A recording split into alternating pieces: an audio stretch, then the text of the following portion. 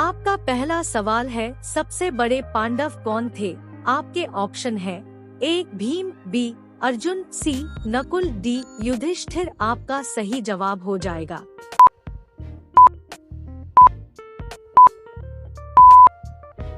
Option D Yudhishthir. आपका दूसरा सवाल है, भीष्म पितामह के गुरु कौन थे?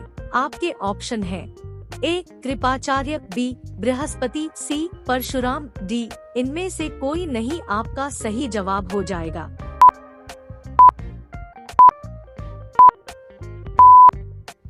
Option C Parshuram.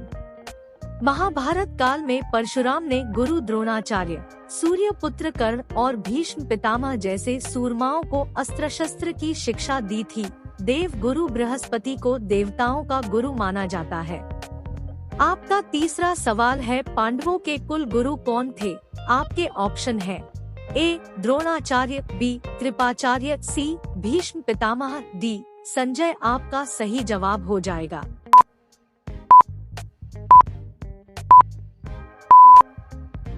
Option B Kripacharya. Kripacharya कौरवों और पांडवों के गुरु थे। 7 चिरंजीवियों में वे भी एक हैं। आपका चौथा सवाल है, दुर्योधन की कितनी पत्नियां थी? आपके ऑप्शन है ए 1 पत्नी, बी 2 पत्नियां, सी 4 पत्नियां, डी 7 पत्नियां। आपका सही जवाब हो जाएगा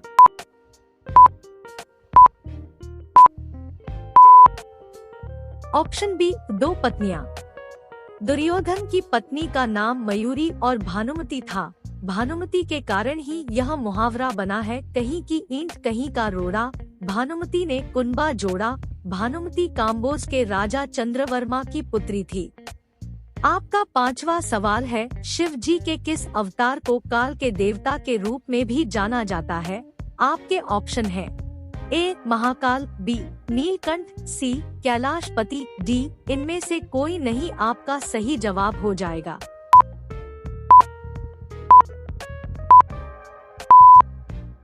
ऑप्शन ए महाकाल। दोस्तों, अगर आपको वीडियो पसंद आ रहा हो तो चैनल को सब्सक्राइब जरूर करें। आपका छठवां सवाल है, शिव जी को इनमें से और किस नाम से जाना जाता है? आपके ऑप्शन है ए वामन, बी आशुतोष, सी मत्स्य, डी अच्युत। आपका सही जवाब हो जाएगा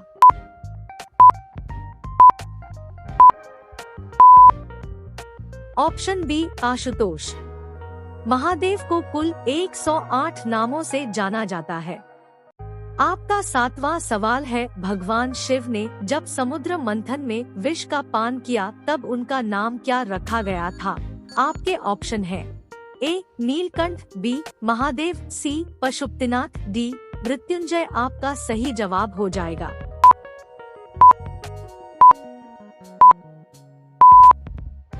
ऑप्शन ए नीलकंठ। समुद्र मंथन में सबसे पहले हलाहल विष निकला। देवता और दानवों ने मिलकर देवों के देव महादेव के पास सहायता मांगने पहुंच गए। तब स्वयं देवों के देव महादेव ने ही इस हलाहल विष को पीने का बीड़ा उठाया। आपका आठवां सवाल है, त्योहार की तिथियों को किस कैलेंडर के आधार पर निर्धारित करते हैं?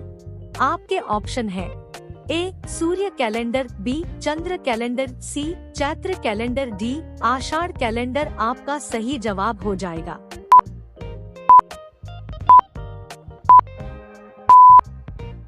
ऑप्शन बी चंद्र कैलेंडर। करवा चौथ, ईद आदि त्योहार चांद दिखने के आधार पर ही मनाए जाते हैं। साथ ही शक कैलेंडर का आधा हिस्सा चंद्र कैलेंडर पर ही निर्भर करता है। आपका नौवां सवाल है, शारदीय नवरात्रि के 7वें दिन किस देवी की पूजा होती है? आपके ऑप्शन है ए माँ कुष्मांडा, बी माँ स्कंद माता, सी माँ कालरात्रि, डी माँ कात्यायनी। आपका सही जवाब हो जाएगा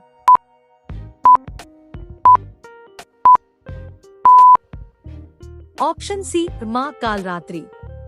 शारदीय नवरात्रि का 7वें दिन माँ कालरात्रि की उपासना होती है। माँ कालरात्रि नवदुर्गा का 7वां स्वरूप है। आपका 10वां सवाल है, असुर गुरु शुक्राचार्य को एक आंख से अंधा किसने किया था? आपके ऑप्शन है ए इंद्र, बी वरुण, सी सूर्य, डी विष्णु आपका सही जवाब हो जाएगा।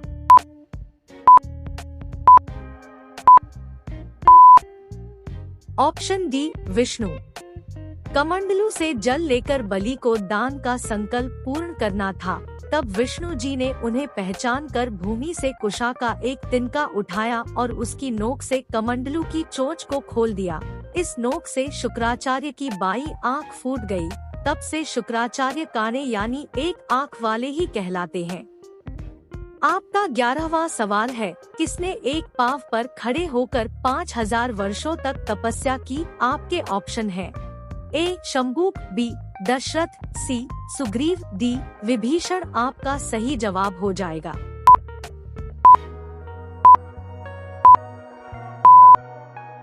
Option D Vibhishan. विभीषण पहले से ही धर्मात्मा थे।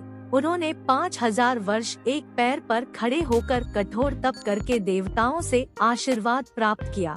इसके बाद 5000 वर्ष अपना मस्तक और हाथ ऊपर रखकर तप किया, जिससे भगवान ब्रह्मा प्रसन्न हुए। विभीषण ने भगवान से असीम भक्ति का वर मांग लिया। आपका 12वां सवाल है, किस ऋतु में शारदीय नवरात्र का त्योहार मनाया जाता है? आपके ऑप्शन है ए वसंत ऋतु, बी ग्रीष्म ऋतु, सी शरद ऋतु, डी वर्षा ऋतु आपका सही जवाब हो जाएगा।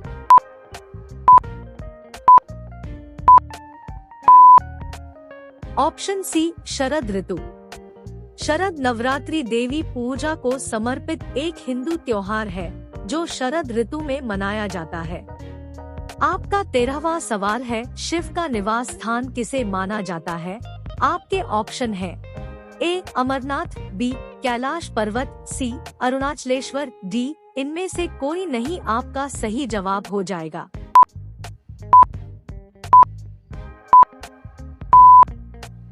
ऑप्शन बी कैलाश पर्वत। आपका 14वां सवाल है, मंदिरों में शिवलिंग के ठीक सामने किसकी मूर्ति होती है? आपके ऑप्शन है ए पार्वती, बी कार्तिकेय, सी गणेश जी, डी नंदी आपका सही जवाब हो जाएगा।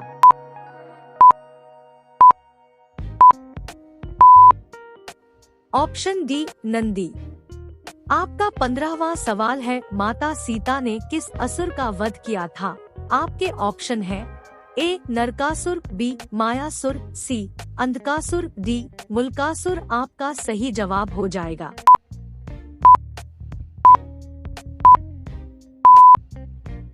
Option D Mulkasur. छाया सीता ने चंडिकास्त्र का प्रयोग करते हुए मूलकासुर का वध कर दिया। मूलकासुर का वध करने के बाद छाया सीता वापस लौटकर माता सीता के शरीर में प्रवेश कर गई।